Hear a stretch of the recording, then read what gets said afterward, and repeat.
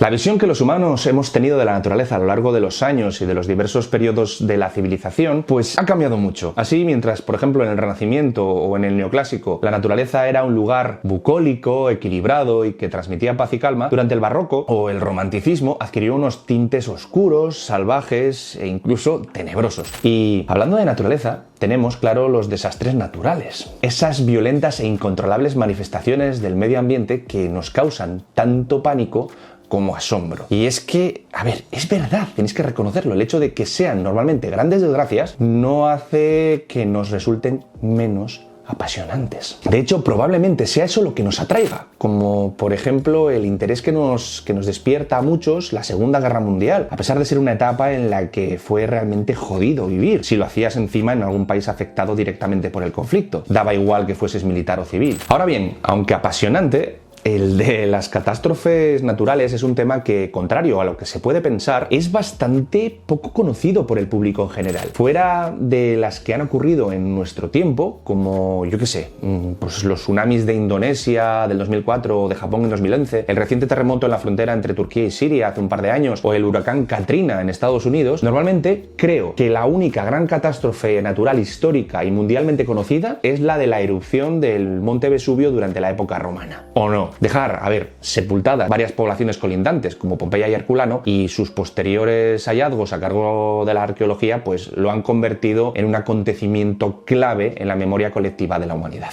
No obstante, los que se hayan interesado un poco más por este asunto del que os estoy hablando conocerán, por ejemplo, el famosísimo terremoto de Lisboa de 1755, que destruyó la ciudad provocando miles de víctimas y que curiosamente nos ha dejado varias leyendas en España, como el de la Virgen de la Palma en Cádiz, o tal vez alguien conozca el año sin verano en el siglo XIX, un año de temperaturas súper frías en todo el planeta causadas por la nube de polvo inmensa que soltó un volcán indonesio. Pero creo que poca gente conoce la historia del año 536, del que se dice que tal vez fue el año más chungo para vivir de toda la historia de la humanidad. Pero primero vamos a contextualizar el asunto. ¿Cómo estaba Europa en esos años? ¿Y Asia? ¿Y qué pasaba en el resto del mundo? Bien, el Imperio Romano seguía siendo la máxima potencia del momento, aunque solo su parte oriental. La parte occidental había desaparecido hacía ya casi 6 décadas.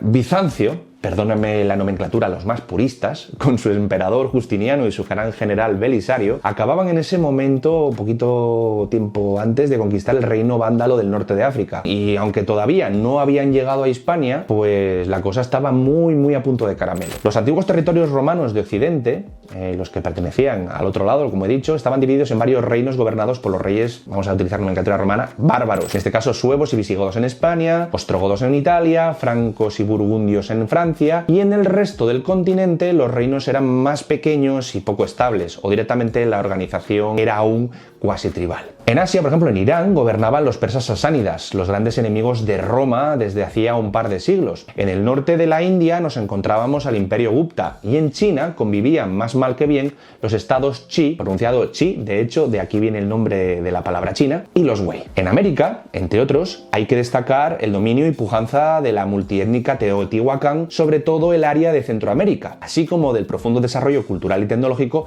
de esa misma zona de los mayas, que estaban finalizando su periodo clásico temprano. Más al sur destacó también el florecimiento de la rica cultura moche o mochica en la zona del actual Perú, que daría origen, siglos después, al surgimiento del archiconocido Imperio Inca. Ok, contextualizado, como he dicho antes, cómo estaba el tema, volvamos al año 536. En ese año, el historiador de origen romano Procopio, en sus crónicas de las guerras contra los vándalos, comentó lo siguiente: durante este año tuvo lugar el signo más temible, porque el sol daba su luz sin brillo, como la luna, durante este año entero, y se parecía completamente al del sol eclipsado, porque sus rayos no eran claros tal y como acostumbra. Y desde el momento en que eso sucedió, los hombres no estuvieron libres ni de guerra, ni de la peste, ni de ninguna cosa que no llevara a la muerte. Y sucedió en el momento que Justiniano estaba en el 10º año de su reinado. De hecho, la serie de catástrofes y cambios climáticos que tuvieron lugar a continuación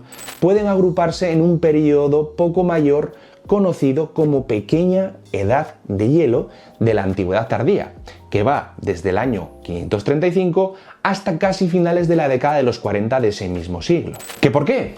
Pues lo vamos a ver un poquito más adelante. El año 536 empezó como cualquier otro, pero sin que sepamos exactamente cuándo, el cielo se fue cubriendo de una capa de polvo. Esto afectó de uno u otro modo a prácticamente todo el planeta, aunque fue especialmente virulento en el hemisferio norte. La temperatura global cayó una media entre 2,5 y 2,6 grados y no se vio el sol de forma clara y diríamos normal hasta 18 meses más tarde, un evento climático que suele conocerse como invierno volcánico. ¿Y por qué pasó esto? Pues las teorías más recientes, gracias a los avances de los últimos años en los estudios climáticos pasados, apuntan a violentas erupciones volcánicas. Sí, algunos especialistas apuntan a una explosión gigantesca en un volcán en Islandia. Otros señalan que debió ser cosa de varias erupciones simultáneas en varias partes del mundo, como en algunas zonas tropicales de Oceanía, como puede ser Indonesia, y Centroamérica, concretamente la caldera volcánica del lago Iliopango, en El Salvador. En este sentido, los estudios del científico Paul Majewski y el historiador Michael McCormick, publicados en 2018 en la revista Cambridge Core, adscrita a la prestigiosa universidad del mismo nombre, demostraron, gracias al estudio de los núcleos de los glaciares de los Alpes suizos, la existencia de una erupción cataclísmica en ese año 536, cuyo origen, casi seguro, estuvo en alguna parte del norte de la actual Islandia. Y lo hicieron debido a que encontraron una gran cantidad de trazas de vidrio volcánico presentes en las capas de hielo situadas a decenas de metros de profundidad en dicho glaciar asociados a ese año. Es más, para poder dotar de más solidez a este asunto, el pasado noviembre del 2022, un estudio publicado en la revista científica Science Bulletin y liderado por el dendrocrinatólogo Ulf Budgen aseguró que gracias al análisis de las anomalías de crecimiento de los anillos de los árboles se pudieron documentar hasta 3 megaerupciones en 3 años muy próximos. El que nos ocupa, es decir, el 536, así como el 540 y el 547. Y que, como dije al principio, pudieron tener lugar de forma casi simultánea en varias zonas diferentes del planeta alejadas entre sí: Centroamérica, norte de Europa y Oceanía.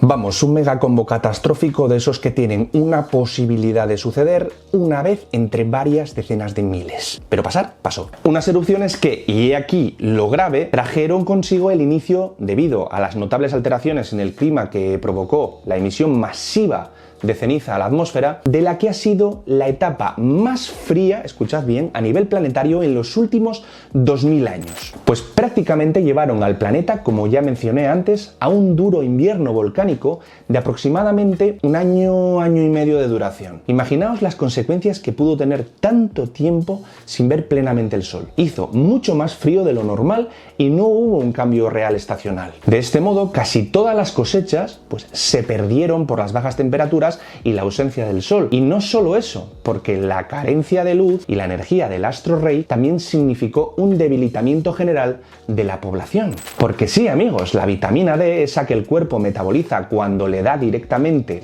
la luz solar, también pues brilló por su ausencia, una vitamina que está directamente relacionada con el crecimiento y la buena salud, por ejemplo, de los huesos y de los dientes, y también con la prevención de enfermedades como por ejemplo la artritis, la diabetes e incluso algunos tipos de cáncer. Por ese motivo, los niños y los animales que nacieron al inicio de esta catastrófica época crecieron, como es lógico, muchísimo más débiles y más propensos a padecer enfermedades y en general a tener una peor calidad de vida. ¿Y qué más da que sean más propensos a padecer enfermedades si en esa época pues todo el mundo estaba mal alimentado y sucio? Pensaréis. Bueno, a ver, clichés sobre la higiene aparte, es verdad que esta no es la gran época de esplendor del Imperio Romano. El siglo II ya quedaba ya muy lejos, pero os recomiendo ver mi vídeo sobre tópicos de la Edad Media para que vayáis alejando ya pues esos pensamientos injustos cada vez más superados sobre esa etapa de la historia. ¡Que sois unos herejes, hombre!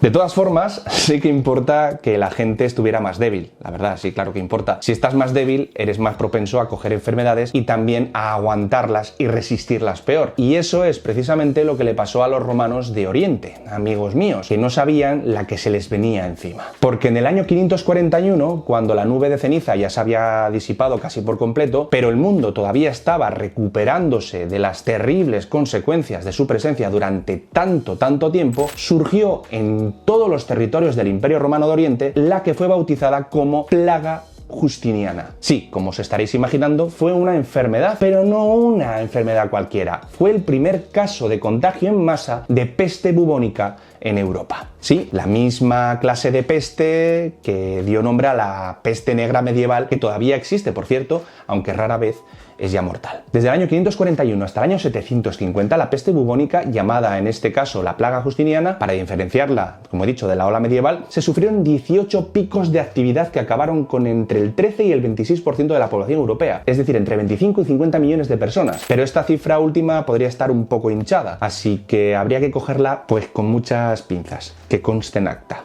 En este sentido, aunque tradicionalmente se consideró que la enfermedad en estos años estaba originada en África, unos últimos estudios han sugerido que tal vez su origen estuvo en el centro de Asia, como siglos más tarde pasaría con la cepa de la peste negra que, según parece, se inició en una pequeña aldea medieval del actual Turkmenistán. Y siguiendo en este contexto geográfico, está bien documentado pues también lo que pasó no solo en Europa, sino también en China. Allí durante esta etapa, durante el invierno, se sufrieron grandes sequías y, sin embargo, aunque suene un poco absurdo, en verano cayeron nevadas. Esto provocó grandes hambrunas que además fueron el detonante de numerosas revueltas sociales en ese país, ya que se calcula que también pudieron morir de hambre directa o indirectamente por la acción del vulcanismo del año 536 varias decenas de millones de personas. Casi nada. Además, en América también se ha documentado que los cambios bruscos en el clima provocados por ese vulcanismo del 536 afectaron notablemente a las cosechas de maíz y calabaza, provocando también varias hambrunas consecutivas que pusieron en jaque a sus pujantes civilizaciones. Unos cambios que, por ejemplo, en el caso de los moches, se pudieron agravar por la combinación con los provocados de forma cíclica por el fenómeno climático del Niño, caracterizado, pues entre otras cosas, por lluvias torrenciales y posteriores inundaciones, especialmente en la costa sur del continente. Pero como se suele decir, en todas las crisis hay beneficiados, como bien hemos podido comprobar nosotros mismos hace no mucho tiempo en diferentes contextos en nuestro mundo actual. Resulta que en la península arábiga las lluvias fueron bastante más numerosas de lo habitual y eso ayudó a tener mejores cosechas y mejores condiciones para los animales y la población en general. Y parece que este año de bonanza fue el inicio de un ciclo de provechosos acontecimientos que terminaría con la fundación a principios del siglo VII, nada más y nada menos, del Imperio musulmán. Así que, como se suele decir, a río revuelto, ganancia de pescadores. ¿Conocíais estos acontecimientos? ¿Habíais oído hablar del año sin verano del siglo XIX y del año 536? Y os lanzo una última pregunta. ¿Qué preferiríais vivir? ¿En la plaga de Justiniano en el siglo VI o en la peste negra del siglo XIV? A ver, dadme algunas razones aquí debajo en los comentarios, que seguro que surge un debate, vamos a decir, curioso. Si os ha gustado, como siempre os digo, apoyad este contenido con un buen like y sobre todo pues compartiéndolo en vuestras redes sociales, que me ayuda muchísimo. Sin más por el momento, me despido de todos vosotros hasta dentro de muy poquito. Un saludo a todos, aquí Peter. Chao.